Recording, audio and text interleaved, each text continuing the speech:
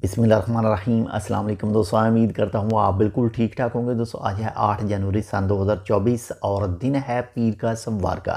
दोस्तों ministry of labour की जो इस वक्त चेकिंग जारी है, उस चेकिंग के हवाले से एक छोटी सी अपडेट है। और अल दाखिलिया गवर्नमेंट की वलायत इसकी की बल्दिया और मिनिस्ट्री ऑफ लेबर की मुश्तरका एक कंपेन जो है वो शुरू की गई थी। और इस कंपेन के तहत जो है वो स्ट्रीट वेंडर और इसके साथ ही जो लेबर गैदरिंग है वहाँ पर चेकिंग की गई, और जो भी लेबर लॉ की ख़िलाफ़ वर्जी करता हुआ मिला उसे पकड़ लिया गया है।